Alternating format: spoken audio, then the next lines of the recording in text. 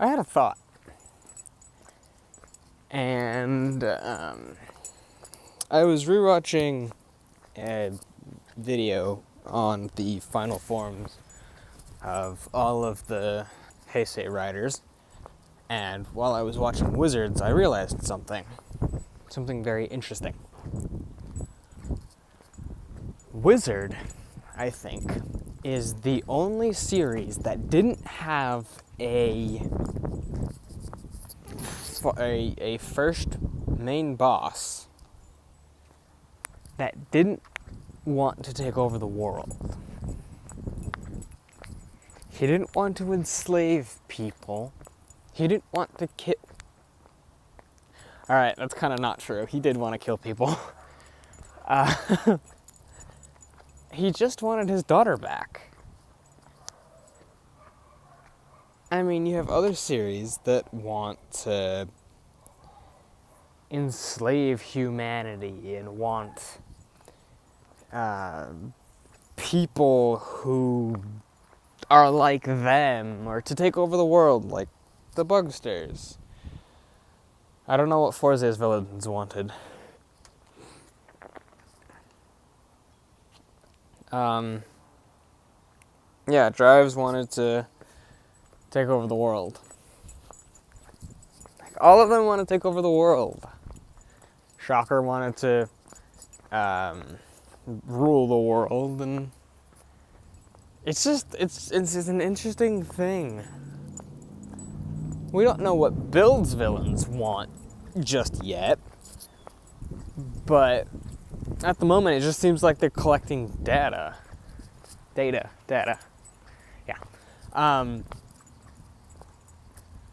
And so I like the fact that, of course, the end villain was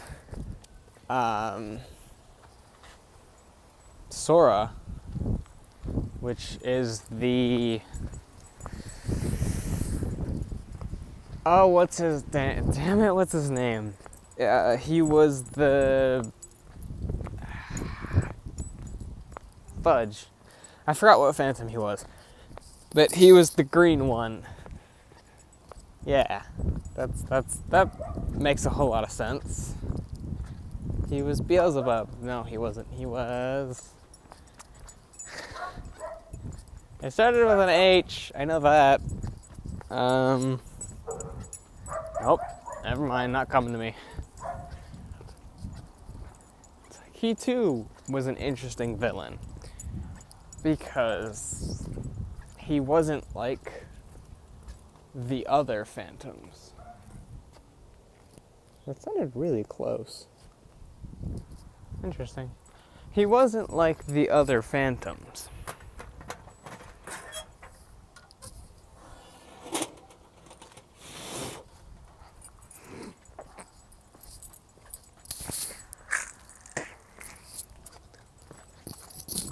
He didn't... Sorry. He didn't...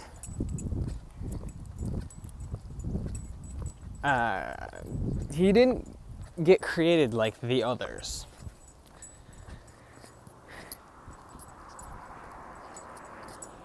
He wasn't crushed and then the Phantom broke out. He was crushed and he stayed the way he was. The Phantom basically became a part of him, and that's who he was. He was still the human. He had just used the Phantom's powers to get what he wanted. It's an interesting thing. I don't know. Anyway, so after that thought, Build episode 5, I think. 5 or 6. 5. There were 3 main things that I wanted to talk about. 2 seconds. Because there's someone watching me and I don't want them to look at me like a weirdo.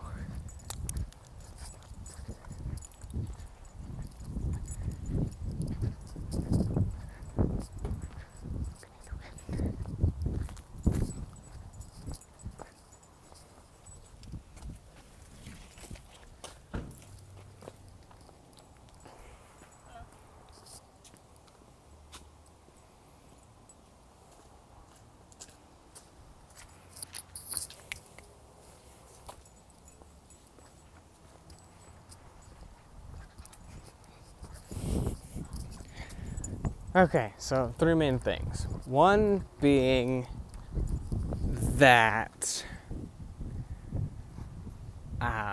the full bottles can basically synchronize with the person that they are with, and a person's emotional state can change how they work. Sento says it when he gets Banjo back to the HQ. He says, the full bottle is synchronized with you and it's creating an odd chemical reaction. Oops. I hit the wrong button. Whoops. I meant to do that. And so, what does this mean for the full bottles? Like, what happens if a person is overly happy? Because the way it worked was Banjo got really, really mad, and the power of the dragon bottle increased.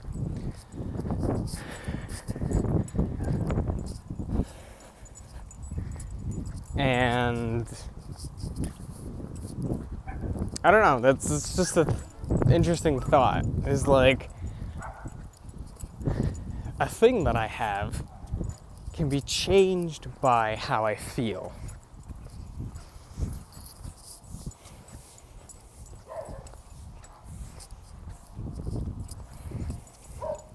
But that's mostly what happens in Kamen Rider.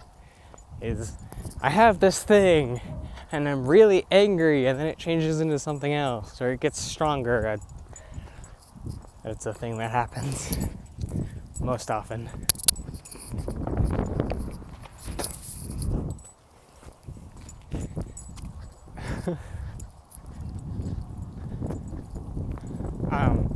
And then 2 was, in that scene, Sento gets knocked down by Banjo and he tries to henshin. In the most spectacular thing ever, he puts on the belt and, Rabbit Tank spins the thing, and it shocks him out. It shocks him so much that he passes out. Mitan was even like, he's dead. She had a giant dog plush thing. She was like hitting him with it. She's like, he's dead. Sento's like, he'll wake up in a few hours. He'll wake up in a while. So I think this hasn't been the first.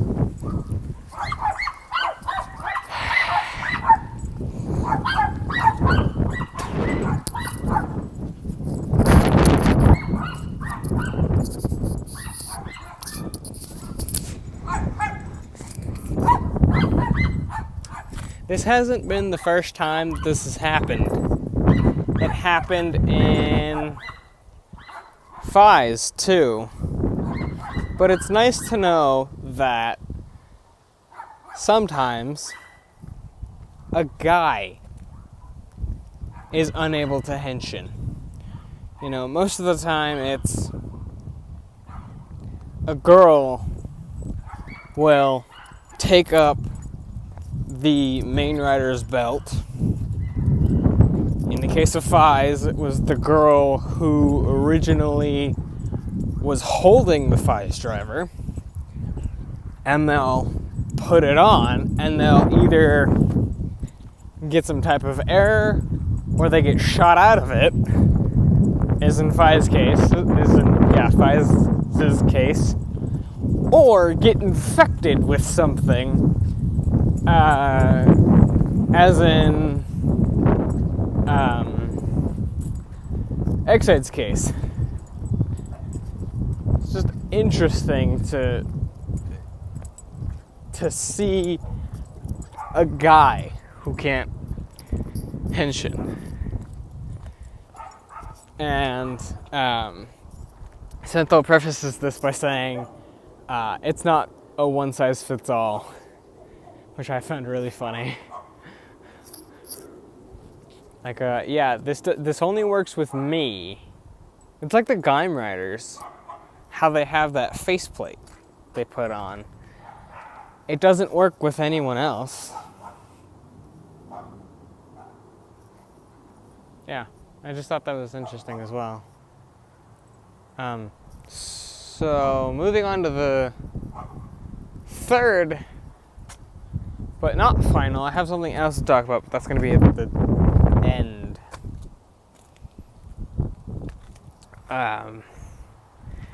And the third one was that we find out in the episode that Bloodstark tells Ryuga and Sento that they were doused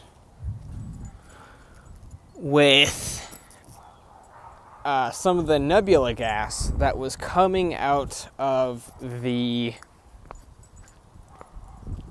skywall. There's a gas that I don't want to say excretes, but it lets out gas. There is gas coming from the wall, and that's where the base is. Sento uses this information given by the minister's son, whose name I still don't know.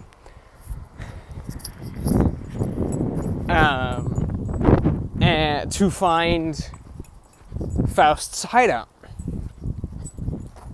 And whilst there, Sento is stupid and dehensions again. After using a ninja tank combo to use the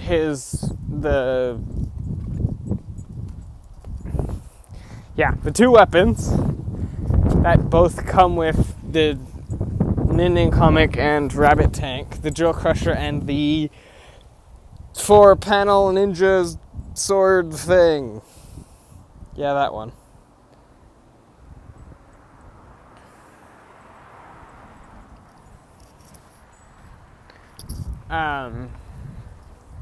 So he dehensions like an idiot,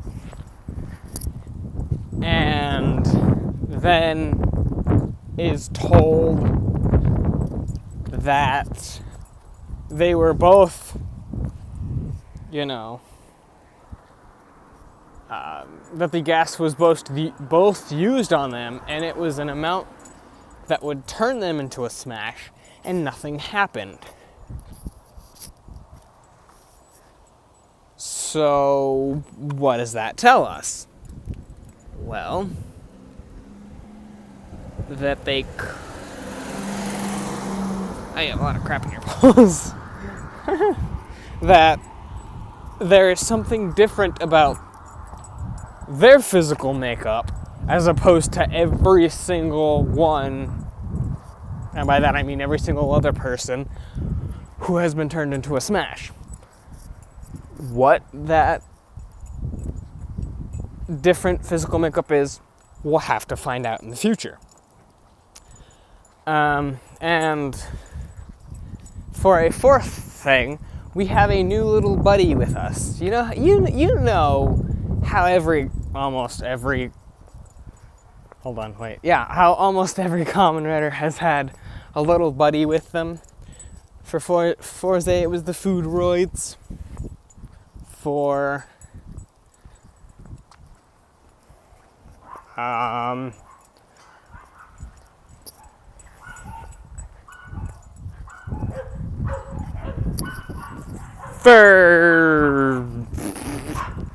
shit.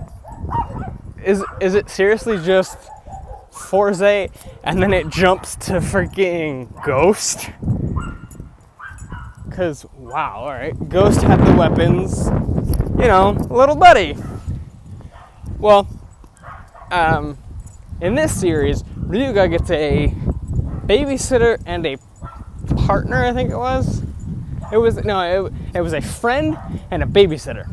And it's a little dragon who has the tiniest wings in the world. Like, the proportion of the wings to the rest of the body, I watched it yesterday, and I actually remember what the hell I was talking about now. And I said to myself, I was like, how are those wings holding him up? It looked like a small version of frickin' Castle Doran from Kiva. And in Kiva they had Tetslot and the Kivat. But those were part of the... Anyway, I'm pretty sure that because there's a close-up shot, Ryuga gets poisoned by Bloodstark. You know, like a dumbass, he charges at him and his weapon gets knocked out of his hand, and he has a little wrist stinger that stabs him in the neck and poisons him.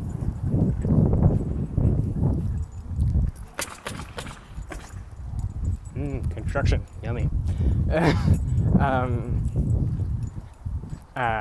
Anyway, so it stabs him in the neck, and then I believe it goes on to fight. Actually, no, it just walks away. I don't remember why. It just goes away, like, because he was gonna leave him for dead. Got it. Never mind. So he goes off, and Synthel rushes over to him and is like, "Are you okay?" kind of thing. Not that he could have helped, but Synthel gets so angry that he changes into Rabbit Tank and goes and tries to fight Bloodstark, which was a bad idea.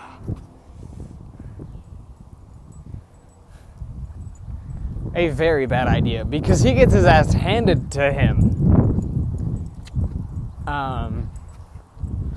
And so the dragon comes over and bites him, Ryuga, and he sucks out the venom, and then he, spits it back out on the floor. And the close-up shot that we get of him, sucking out the venom, gives us a shot at the top of his back.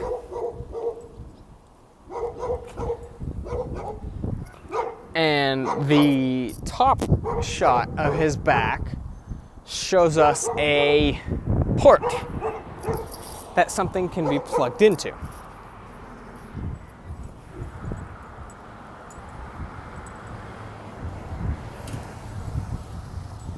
Now, I don't know for sure, but I'm gonna go out on a limb here and say, is there no school today or what the fuck?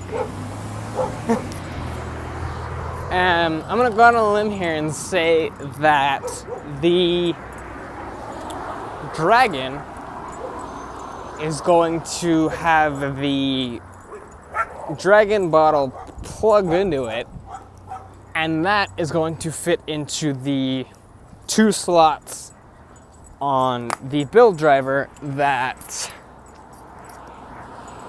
Mr. Dragon will get. Kamen Rider claws, clothes, whatever.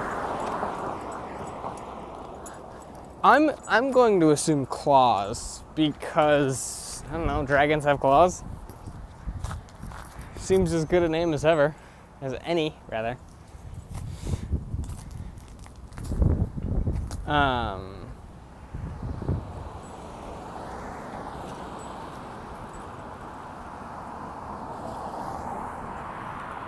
I know that dude.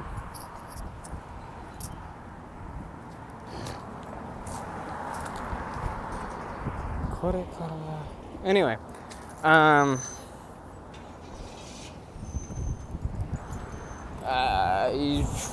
completely lost my train of thought. Fuck. What was the last thing I said? What was the last thing that I said? I wish I was more professional. But that's for another time. Anyway, yeah, claws. So that's basically what I wanted to talk about. And for right there, one more thing for the end of the episode, and then I want to talk about the don't you dare the preview for next week. So the roommate and band member of Sento's gets saved, of course, and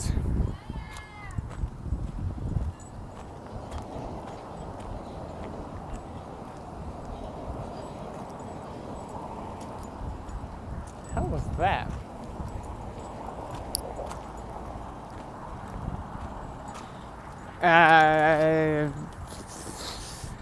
And says something to Sento that doesn't make him feel very good. So he says that the Sento's job for the new drug, the bandmate drove Sento. And it was at the professor's or the doctor's office, the one that got murdered supposedly by Ryuga. And the time that Sento got dropped off was 9 a.m. An hour before Ryuga arrived. And everyone, of course, is all freaking out like, oh, did he do it? Did he do it? I don't think so. I mean, and if he did, he'd have to be pretty off his rocker for it.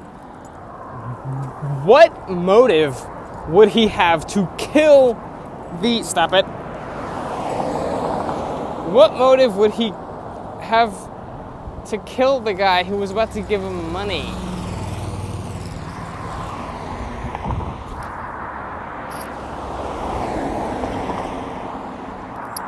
I mean, the drug trial, I mean, he was going to get paid for that. So why would he kill the scientist? It just doesn't make sense. It just does not make sense. And so for next episode, next episode, he goes to Hokuto to figure out his beginning, basically. And